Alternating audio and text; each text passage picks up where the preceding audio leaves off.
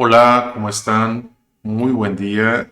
Qué bueno que están por aquí revisando su material de inicio de parcial. Estamos iniciando ya la segunda evaluación parcial y vamos a empezar con este tema que se quedó pendiente de revisar en la anterior parcial. Es un tema que ya conocemos, pero que tiene ciertas características o que tiene ciertos usos específicos de acuerdo a la información que estemos estudiando. Hablo de las tablas de distribución de frecuencias para datos agrupados.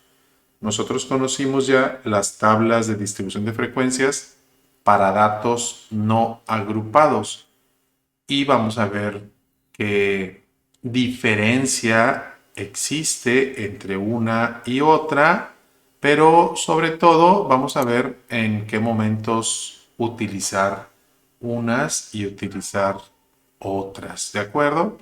Bueno, eh, básicamente es lo mismo.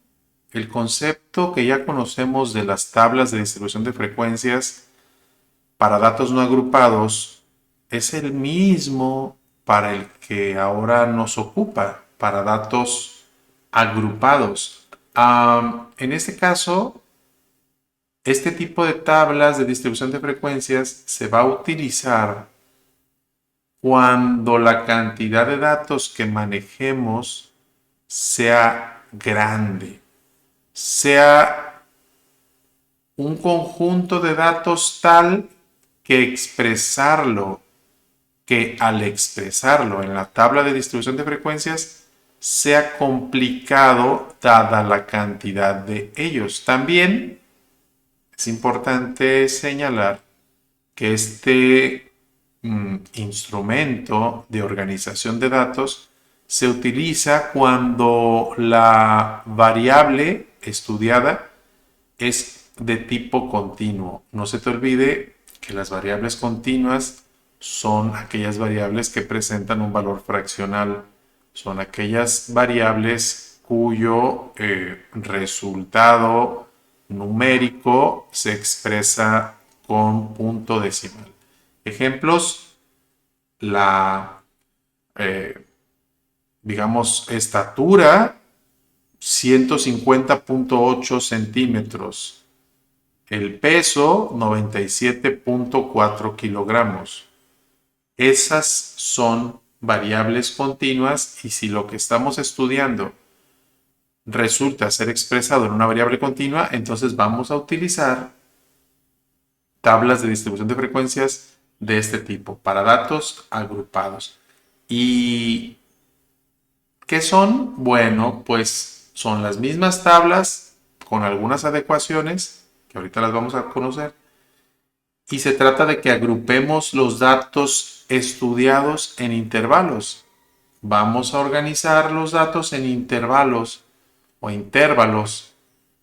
Intervalos, no veo acento, ¿verdad? De una misma amplitud, amplitud que se denomina clase. Ahorita vamos a conocer cada uno de ellos. Vamos a ver cómo asignar valores a cada una de las clases. Y bueno, ¿qué les parece que lo hagamos por medio de un ejemplo?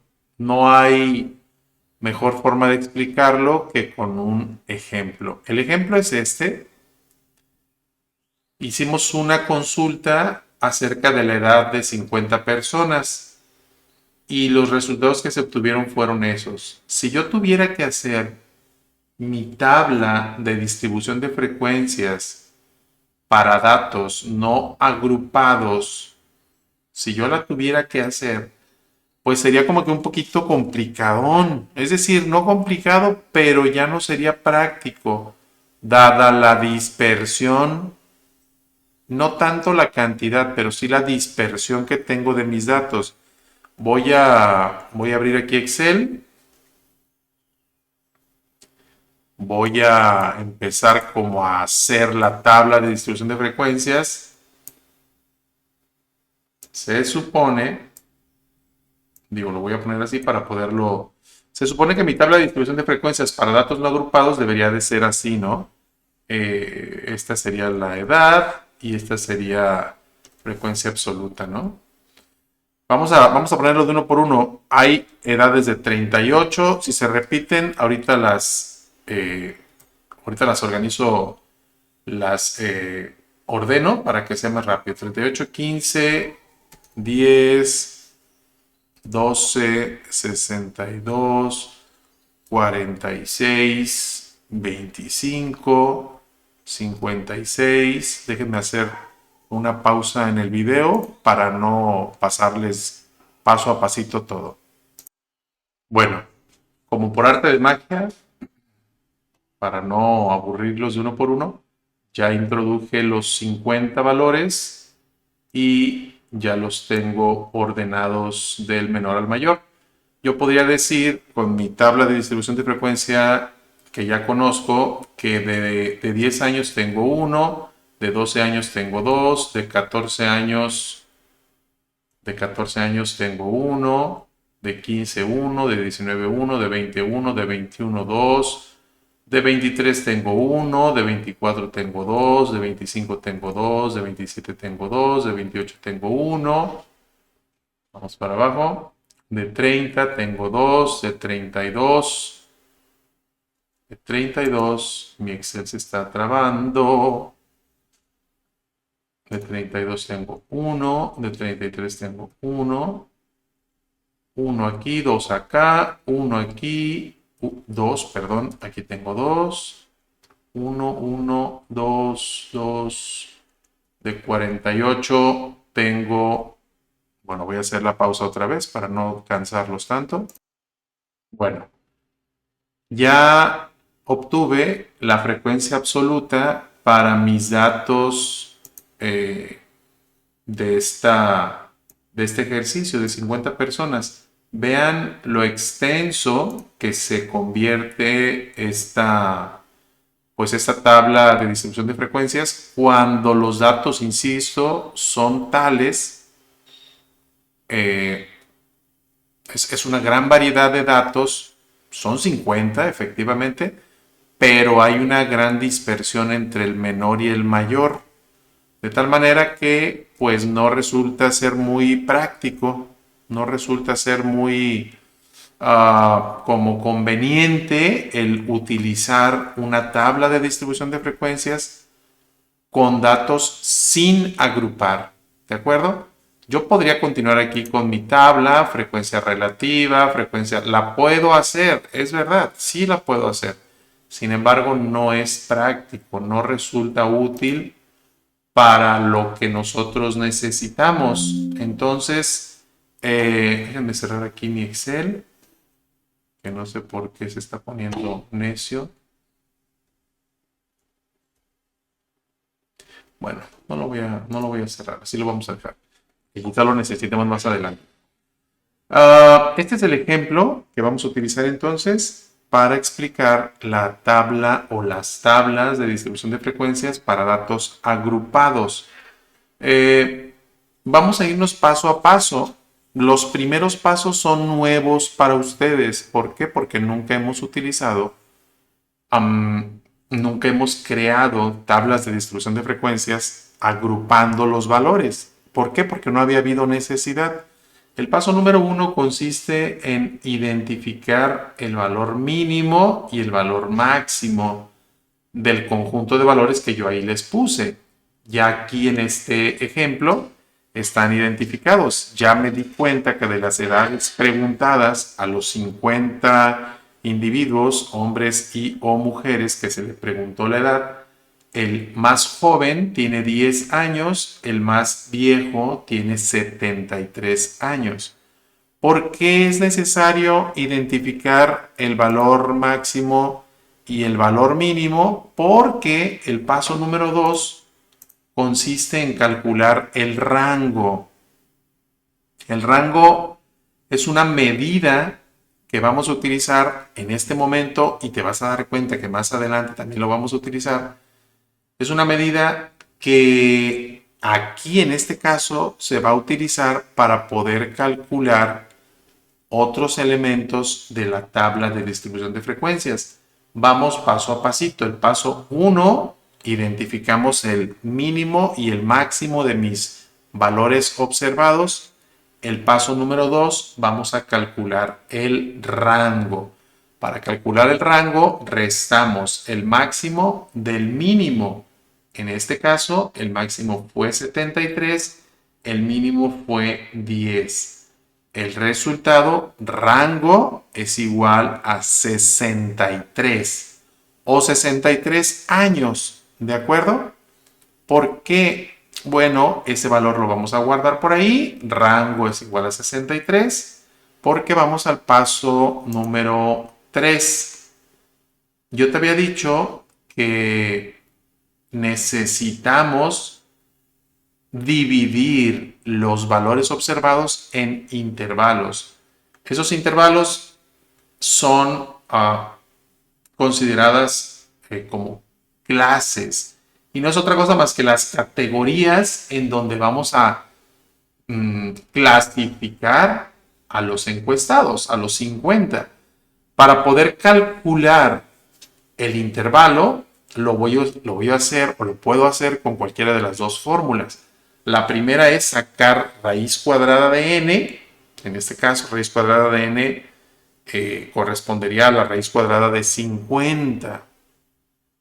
Déjame llevarte otra ventanita por ahí. Aquí sí vamos a utilizar una calculadorcita, la calculadora de Google. Raíz cuadrada de 50 es igual a 7.07. Ahorita vas a ver en el ejemplo. No es lo único con lo cual puedo calcular los intervalos. En este caso, si utilizara la primera de las dos fórmulas, el resultado sería 7. Ahorita vamos a verlo. Y la segunda es la que aquí está expresada. Es una fórmula que ahorita te la voy a explicar. Vamos por partes.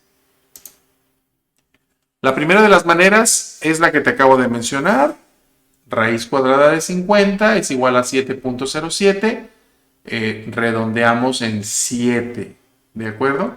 Es necesario, si utilizamos esta fórmula, que el redondeo se realice al entero más cercano.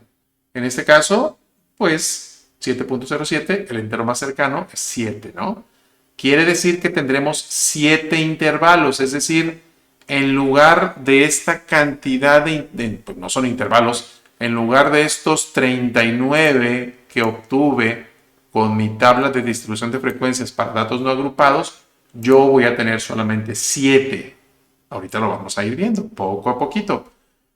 Y la segunda manera de hacerlo es esta, con la regla de Sturges. La regla de Sturges es esta fórmula que también la vamos a generarla a partir de cuántos valores están siendo observados. En este caso, n es igual a 50. La regla de Sturges dice que hay que hacer la fórmula de la siguiente manera. 1 más un valor constante, 3.322, multiplicado por logaritmo de n, que en este caso es 50. El resultado es 6.64. La regla de Sturges dice que hay que redondear, pero siempre hacia arriba. Siempre hacia arriba. Del valor que se obtenga aquí, hay que redondear pues hacia arriba. ¿De acuerdo? Aunque el decimal aquí hubiera sido 6.1, pensemos que hubiera salido 6.1, la regla dice que hay que redondear hacia arriba si utilizas, insisto, esta regla. Se sugiere, se recomienda que el valor de los intervalos que se van a utilizar sea un número impar. Se sugiere, se recomienda, aunque no siempre sea un número impar, pero siempre es recomendado. ¿De acuerdo? No pasa nada si no lo haces con número impar, pero es una sugerencia. Entonces, bueno, esa sería la forma o las formas que yo tengo para calcular los intervalos. Aquí, curiosamente, para los dos resulta ser 7. Para ambos intervalos es 7. Entonces, ya me va quedando claro que el número de intervalos que voy a definir para este ejemplo será de 7. ¿De acuerdo? Bueno, paso número 4. ¿Qué tan amplios van a ser esos intervalos? Aquí es donde vamos a utilizar el rango que calculamos en el paso número 2, que ya conocemos. Vamos a dividir nuestras categorías y la amplitud de los intervalos la voy a calcular dividiendo rango entre el número de intervalos. El rango ya dijimos que era 63 porque restamos 73 menos 10. Recuerden, valor máximo menos valor mínimo me da el rango, y para calcular la amplitud solamente divido rango entre intervalos, valores que ya calculé anteriormente. Y el resultado de la amplitud es igual a 9. 63 entre 7 es igual a 9. ¿De acuerdo? Bueno, ese sería el paso número 4. Para el paso número 5, aquí es algo bien importante que hay que observar. Fíjate muy bien, para el paso número 5 necesitamos construir los intervalos. Los intervalos se construyen a partir de un límite inferior. En el caso del primer intervalo, el límite inferior lo vamos a determinar a partir del valor mínimo. El valor mínimo de nuestras observaciones pues resultó ser 10. Si se fijan, tengo el 10 de inicio, pero yo ya obtuve la amplitud. Es decir, para cada intervalo debo de tomar un valor inicial, sumarle la amplitud y colocar un valor final. Pero ojo, fíjate bien, estamos utilizando un corchete para determinar cuál dato sí se incluye y se utiliza un paréntesis para determinar el valor que no se incluye. Es decir, cuando estemos expresando o contando los valores absolutos en nuestra tabla de distribución de frecuencias, para este primer renglón vamos a contar los valores que van de 10 hasta 18. El 19 no se incluye, no se cuenta el 19. De tal manera que por eso se expresa con corchete al principio, que significa sí se incluye, y paréntesis al final, que significa ese valor no se incluye. ¿De acuerdo? Entonces, construcción de intervalos implica esta determinación que te estoy expresando ahora.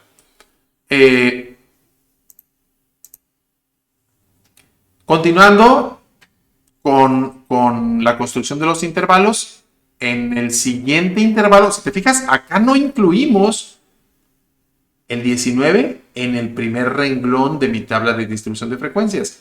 Pero en el siguiente renglón ya contabilizamos a los 19, los que tengan 19, 20, 21, 22, 23, 24, 25, 26 y 27, y los de 28 ya no, esos ya no los contamos. Es decir, llega a un límite superior, pero que los de 28 no los vamos a incluir. Ojo, por eso está el paréntesis. El corchete dice que ahí empieza el límite inferior y el paréntesis dice que hasta ahí llega el límite superior, pero ojo, no contabilizamos el límite superior porque el paréntesis me dice que no lo debes de contar, ¿de acuerdo? Entonces, el 28 se tendrá que incluir en el siguiente y así sucesivamente, de tal forma que la primer columna de mi tabla de distribución de frecuencias para datos agrupados quedaría de esta manera, ¿sí? El primer intervalo tendría que ser cerrado, pues iniciando con el valor mínimo, que sería 10, y abierto en el valor máximo del primer intervalo, que sería 19, pero recuerda que en el primero no se cuenta el 19, en el segundo el 19 se cuenta, pero el 28 no, en el tercero el 28 se cuenta, pero el 37 no, y veamos el último, por favor. El último dice que el 64 se cuenta, porque acá no se contó, y el 73 también, porque es el último de mis intervalos construidos. No se te olvide que esta parte es la construcción de los intervalos. Ahorita solamente estoy contando, bueno, no contando porque no he empezado a contar en realidad.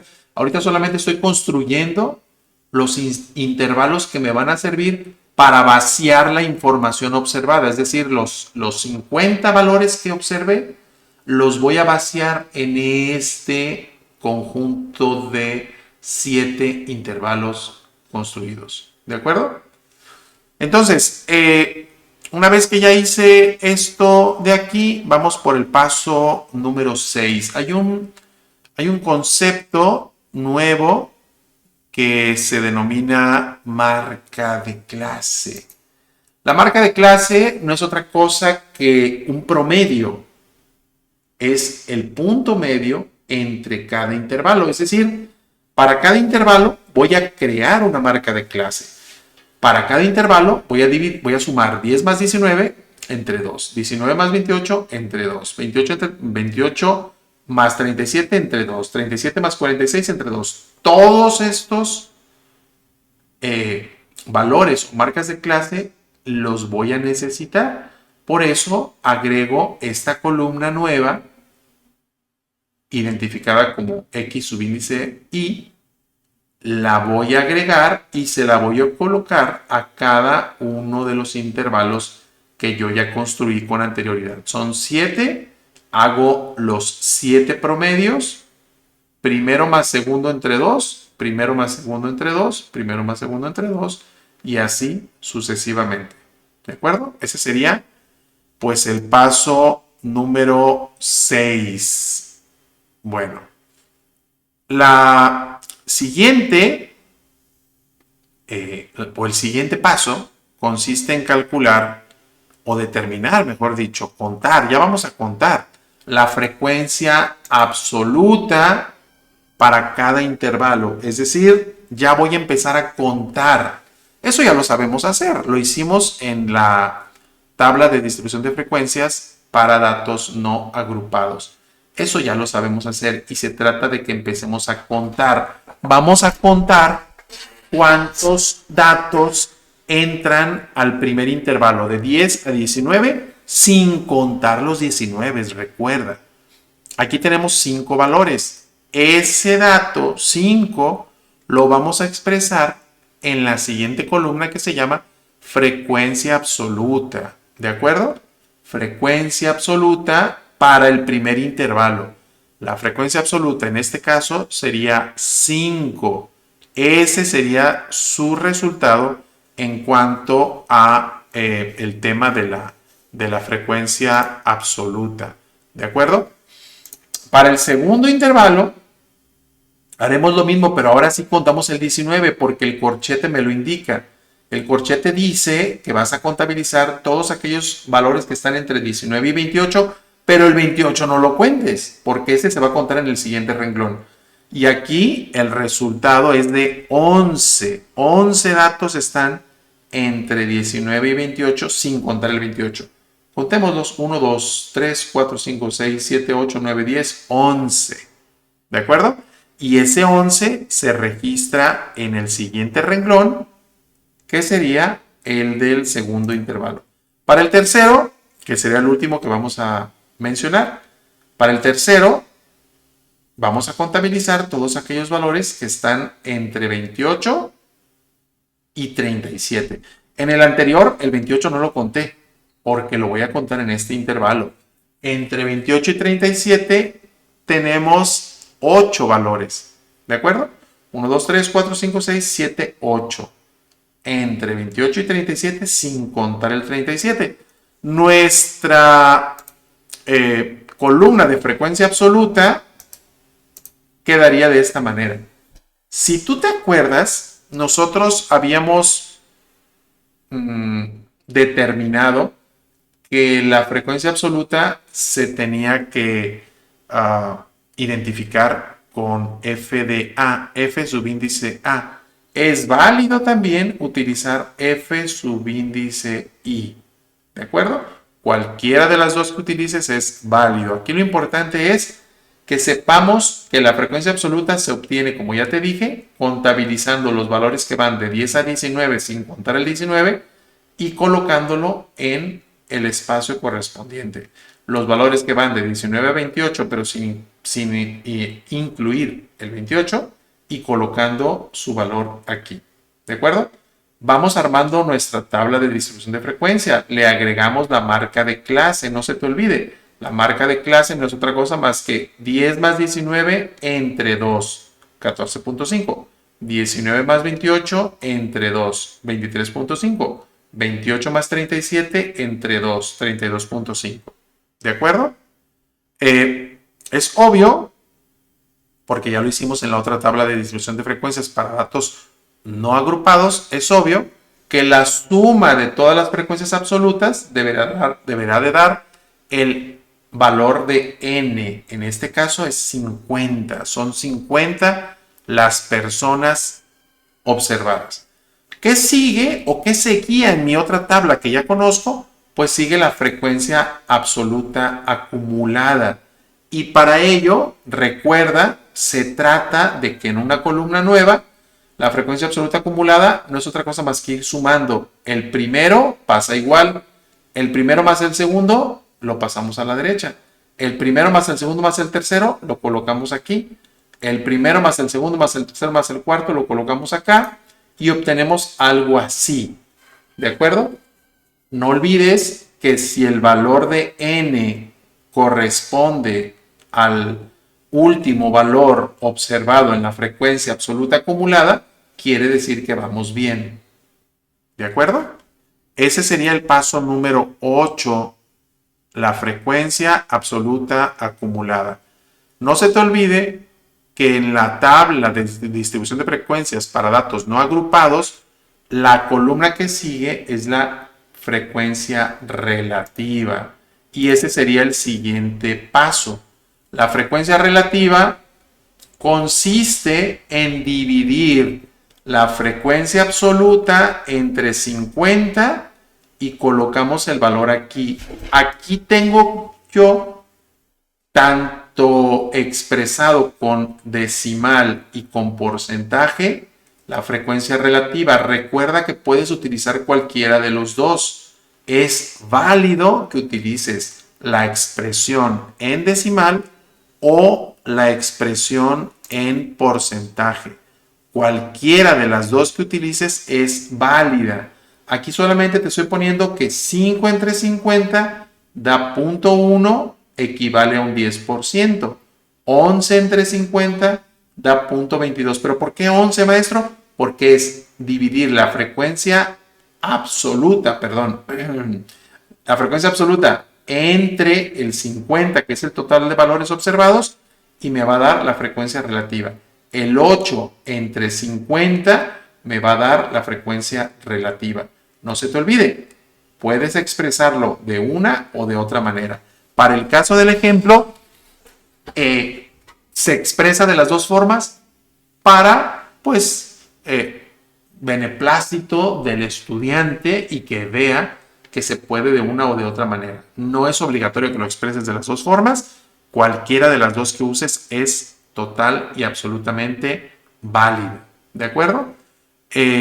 Entonces, si tú te acuerdas, después de la frecuencia relativa, sigue la frecuencia relativa acumulada. Es una columna nueva y esta columna nueva la vamos a generar igualito que como generamos la frecuencia absoluta acumulada. Acá solamente la relativa acumulada, vamos a ir acumulando el valor de la frecuencia relativa. El primero pasa igual, 0.1 pasa igual, 10% pasa igual.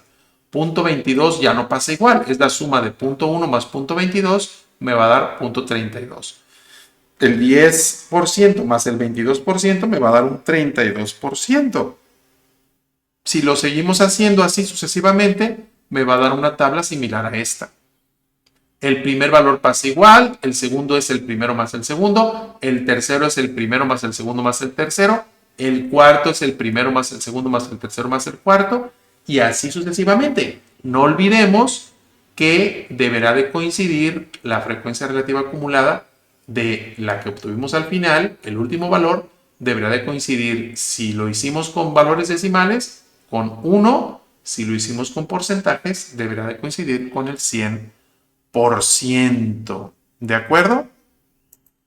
Si se fijan, es básicamente la misma dinámica de cálculo que debemos de seguir con una tabla y con otra. Aquí la diferencia es el uso de marcas de clase, el uso de intervalos, y de esa manera nuestra tabla de distribución de frecuencias queda terminada, queda finalizada. Este procedimiento es el que vas a seguir cuando te pida que realices los ejercicios que están en la plataforma respectiva. Ya sabes que estamos usando Classroom, entonces puedes dirigirte a realizarlos. Por el momento es todo. Cualquier duda que pudieran tener, háganme favor de hacérmela llegar de la manera acostumbrada. Mucho gusto, que estén muy bien, cuídense.